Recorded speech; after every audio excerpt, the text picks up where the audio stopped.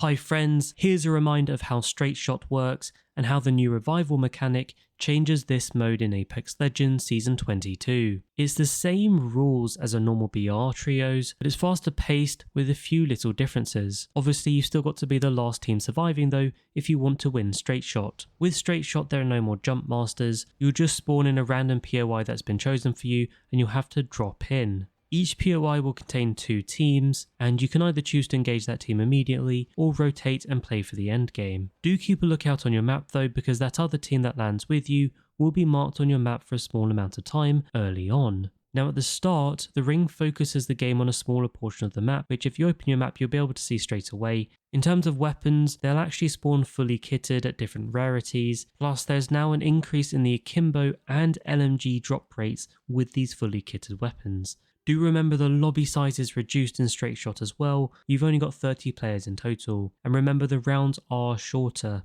i.e. the time before the zone closes in is much less than in a normal BR. The revival mechanic adds a new twist to straight shot though compared to last time, because it allows you to respawn unlimited up to the end of round 3. Now after that point, obviously if you die you're going to be eliminated, and it's basically down to your surviving teammates to win it for you.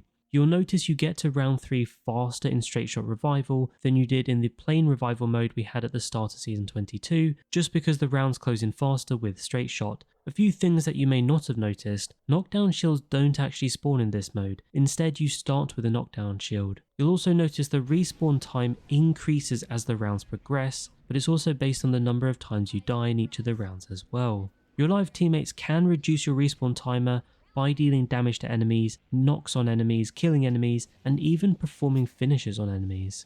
Now I want to finish with a few tips just to help you play this mode a little bit better, because I've noticed some people haven't quite adjusted to how revival works. Firstly, on the straight shot component, you can still swap optics even though your weapons are fully kitted. So if you don't like the optics on a weapon you've picked up, don't be afraid to swap them out for another weapons. The second thing is, try to limit your thirsting on enemies. I know it's a reflex from ranked and normal trios in Apex Legends where it's instinct to thirst downed enemies, but unlike ranked, this can work against you in straight shot revival, particularly early on in the rounds, and that's simply because the respawn timer is faster early on in the game, and if that person hasn't died yet as well. So that means if you thirst enemies, the chances are that person will respawn before you can finish off the rest of their team, making it very hard for you to wipe a full team in the early rounds if you're constantly thirsting enemies. Obviously if you're desperate for loot, maybe you're low on ammo or you need a quick armor swap, then it's okay to thirst, but just try and be a little bit more cautious of it. Now on the flip side,